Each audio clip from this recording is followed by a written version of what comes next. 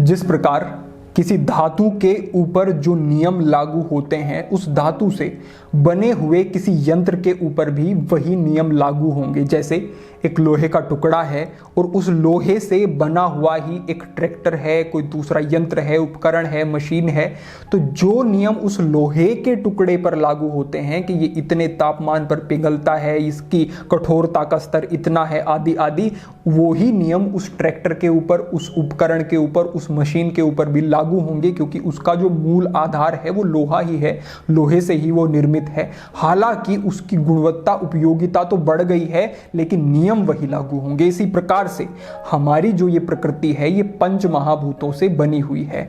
जल, पृथ्वी, अग्नि, वायु, आकाश आदि पंच महाभूतों के योग से ही व्यक्ति का शरीर बना हुआ है। तो अगर व्यक्ति प्रकृति के नियमों पर नहीं चलेगा, उनका उल्लंघन करेगा, तो उसे बहुत सारे शारीरिक विकार, व्याधियां और बहुत सारे मानसिक असंतुलन से गुजरना पड़ सकता है। हालांकि व्यक्ति की उपयोगिता, गुणवत्ता तो अधिक है, लेकिन नियम हमने कहा वही लागू होंगे। तो आज हम इसी विषय पर बात कर रहे हैं कि जो व्यक्ति देर रात तक जागते रहते हैं, जिनके सोने का कोई समय है ही नहीं, उठने का कोई समय है ही नहीं, वो किस प्रकार से इन प्रकृति के नियमों के विरुद्ध जाकर के किन किन समस्याओं का उन्हें सामना करना पड़ सकता है। आप समझें कि हमारे जीवन की जो सक्रियता है वो अग्नि तत्व के ऊपर आधारित होती है, और अग्नि तत्व का जो मूल स्रोत है, जो हमें प्राप्त है, वो सूर्य है। तो सूर्य का सीधा प्रभाव हमारे जीवन पर पड़ता है।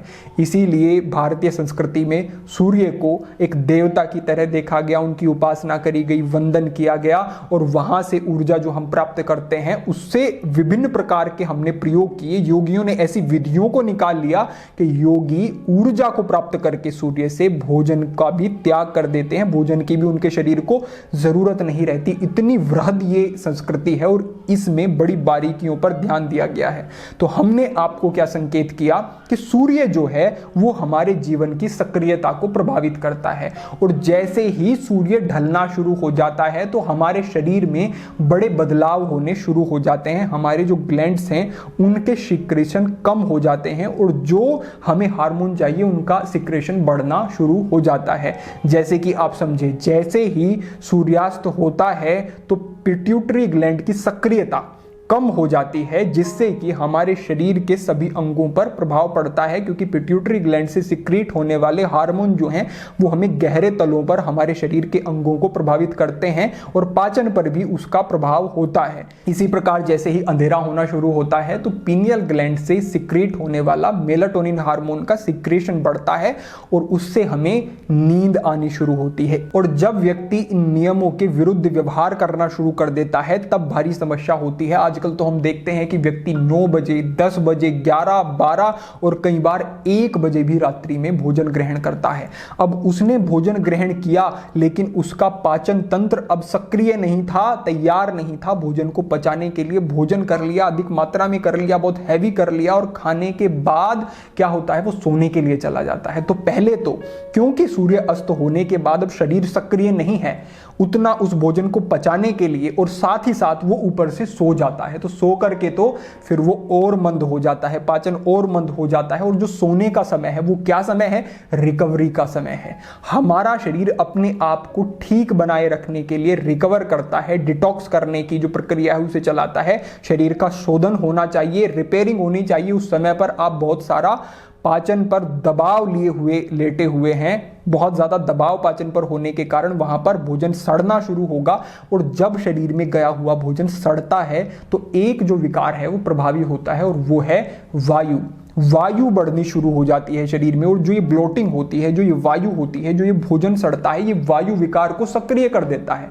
वायु जो होती है प्रकुपित हो जाती है। प्रकुपित वायु क्या है कि चंचलता वायु का स्वभाव है। तो जो व्यक्ति देर रात्रि में भोजन कर रहे हैं, भोजन करके सो रहे हैं, उनके शरीर में सक्रियता बढ़ेगी, और नींद में क्या चाहिए, सक्रियता का अभाव।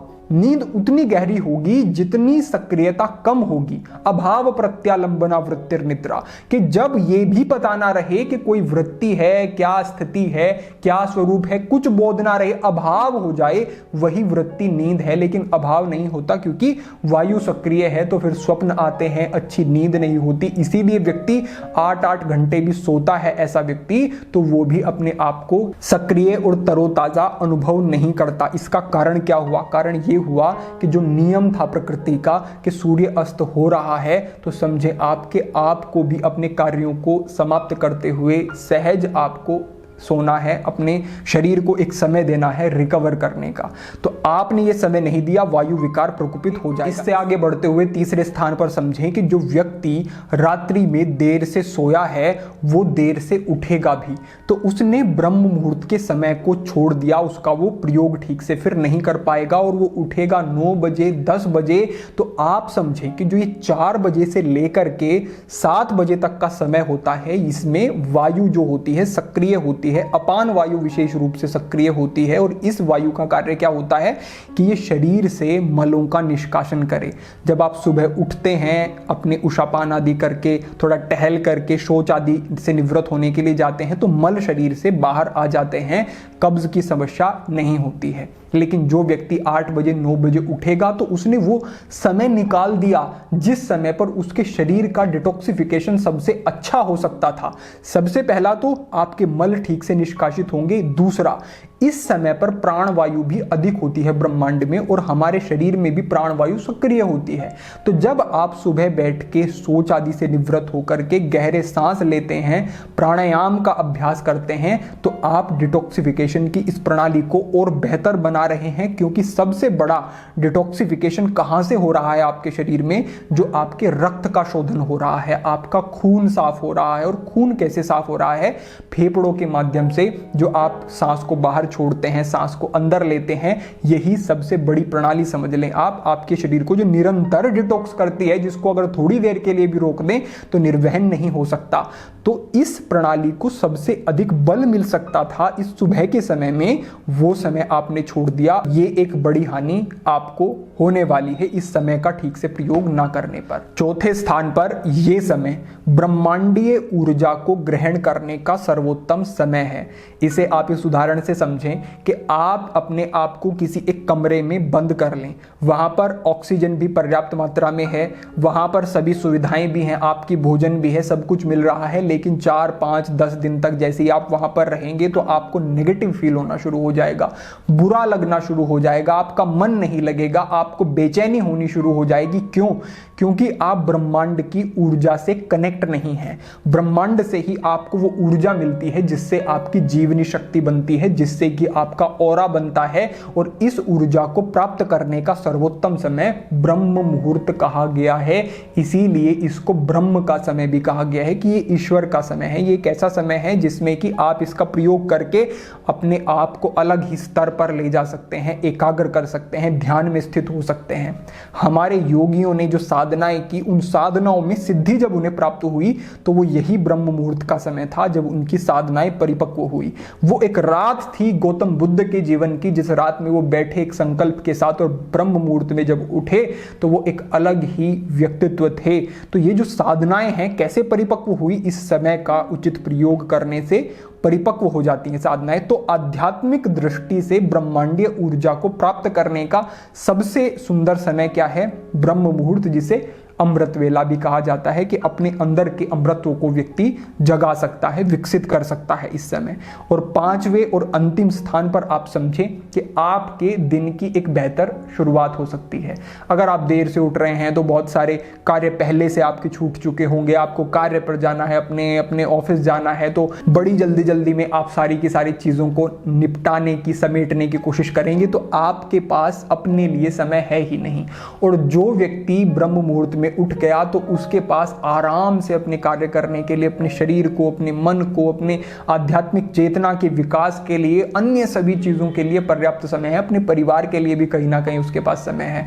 तो जो व्यक्ति ब्रह्म मुहूर्त में उठ रहा है वो आध्यात्मिक दृष्टि से बेहतर हो रहा है, वो आत्मिक दृष्टि से बेहतर हो रहा है, वो स्वास्थ्य उसका अच्छा हो रहा है, मलों का निष्कासन ठीक से हो रहा है, परिवार के लिए समय है और अपने कार्यों को भी वो ठीक से संपादित कर पा रहा है। तो रात्रि में देर से सोने मात्र से कोई एक हानि नहीं है, अनेक हानि हैं जो कि आपके स्वास्थ्य को खराब करती हैं और आपको गर्त में ले जाती हैं।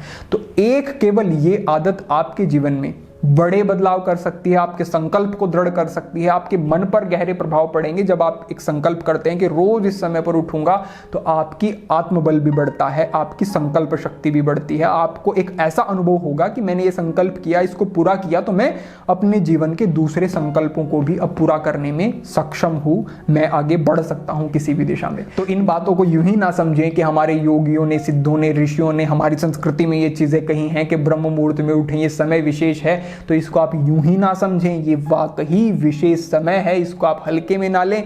इसका कोई एक केवल ये मान्यता नहीं है, ये चाहे आयुर्वेद की दृष्टि से, योग की दृष्टि से, विज्ञान की दृष्टि से, अध्यात्म की दृष्टि से, हर दृष्टि से ये समय आपके लिए विशेष उपयोगी रहेगा। तो आज हमारा आपके लिए यही संकेत था कि अपने जीवन में इस बड़े नियम को धारण जरूर करें, और अगर आप इस दिशा में कार्य नहीं कर रहे हैं तो ध्यान अवश्य दें, बड़े बदलाव होंगे।